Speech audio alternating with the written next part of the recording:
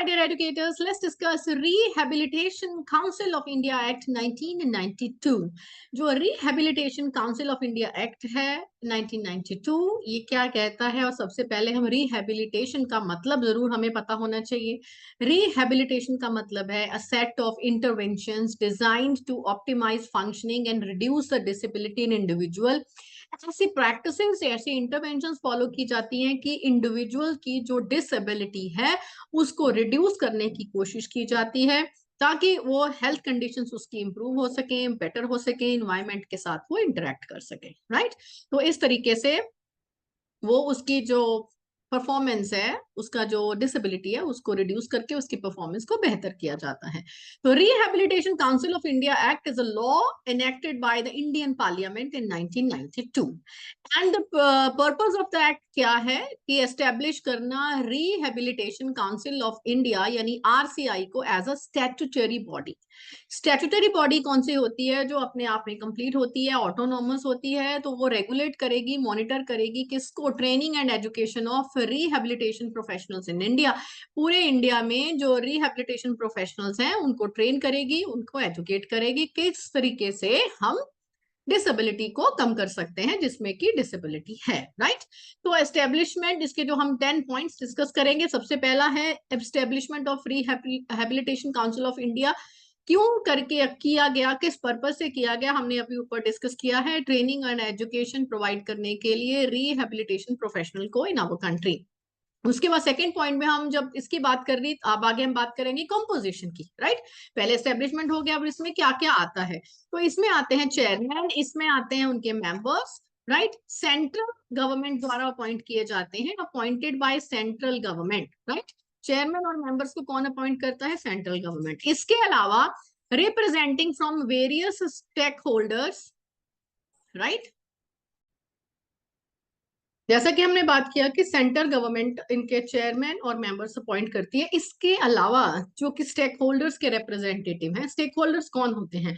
इसके रिहैबिलिटेशन के जो प्रोफेशनल्स हैं, जो डिफरेंट ऑर्गेनाइजेशंस हैं जो रिप्रेजेंट करती हैं पीडब्ल्यूडी को, ये भी अपॉइंट कर सकती हैं डिफरेंट मेंबर्स, राइट? इसके अलावा representatives from ministry of health and welfare department से भी जो है इसके अपॉइंटमेंट हो सकती है. इसकी कॉम्पोजिशन जो है वो हो सकती है for of this rehabilitation council के. आगे बात करते हैं फंक्शंस ऑफ द काउंसिल. पहले हमने एस्टेब्लिशमेंट की बात की, फिर उसके बाद हमने उसकी कॉम्पोजिशन की बात किया. नाउ कॉम्पोजिशन होगी तो काम क्या करेंगे? फंक्शंस ऑफ द काउंसिल क्या क्या है?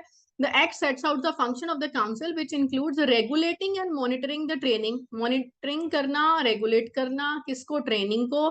किसकी? रिहैबिलिटेशन प्रोफेशनल्स की. उनके लिए सेट जो है स्टैंडर्ड सेट करना कि ये ट्रेनिंग होनी चाहिए, उन्होंने ये कंप्लीट किया होना चाहिए, right? And maintaining a resistor of the qualified professionals, उनका रिकॉर्ड मेंटेन करना. And promoting research in rehabilitation and related field. कोई भी चीज में जब समय के साथ में इंप्रूवमेंट होती है, जिसको बोलते हैं कंटिन्यूअस इंप्रूवमेंट, वो हर एक में जरूरी होती है, अदरवाइज स्टेग्नेशन आ जाता है. तो उस चीज के लिए रिसर्च बहुत जरूरी होती है, तो रिसर्च को भी ये प्रमोट करते हैं. Recognition of institutions. The act provides for the recognition of institutions that provide training and education in rehabilitation and related field. जो इंस्टीट्यूट इसमें ट्रेनिंग या रिसर्च कंडक्ट करते हैं, ये उनको recognition भी देता है, right? RCI.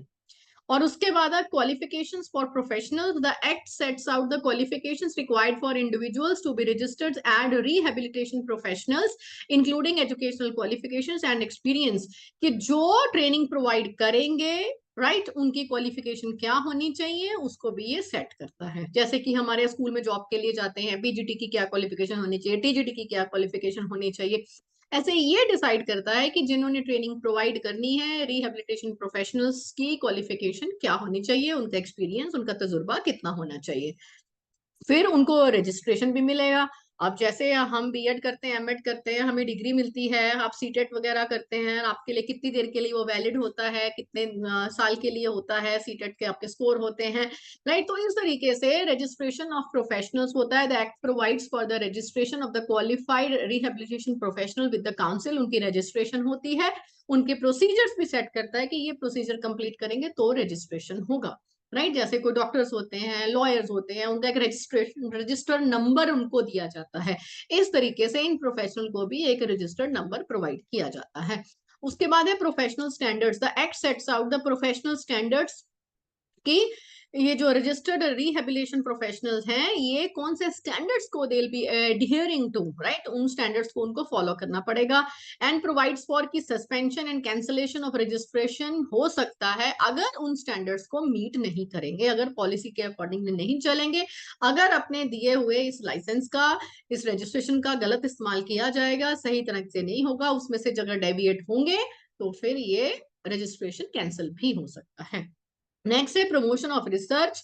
Act provides for the promotion of the research in rehabilitation and related fields में रिसर्च को प्रमोट करता है, including the establishment of research centre भी बनाता है, एंड डिससेमिनेशन ऑफ रिसर्च फाइंडिंग, और जो इसकी रिसर्च फाइंडिंग होंगी उनको सब तक पहुंचाता है ताकि सबको पता चले कि क्या रिसर्च हुआ है, क्या नया इनोवेशन हुआ है, क्या चेंजेस हुई हैं। अब फंडिंग की बात आ गई, बिना फंड के कोई इंस्टीट्यूशन कोई कुछ चल नहीं सकता, तो यह the act provides for the funding of rehabilitation council of India, including the collection of the fee from the registered professionals and the receipt of grants from the central government. इस तरीके से जो प्रोफेशनल रजिस्टर्ड होंगे उनसे fees मिल लेना, और उसके अलावा receipt of grants from the central government से ग्रांट लेना, ये सब चीजें इसको करनी है। अगर पेनल्टीज की बात करें, the act provides for the penalties for the individuals and the institutions that violates its provisions including fines and imprisonment.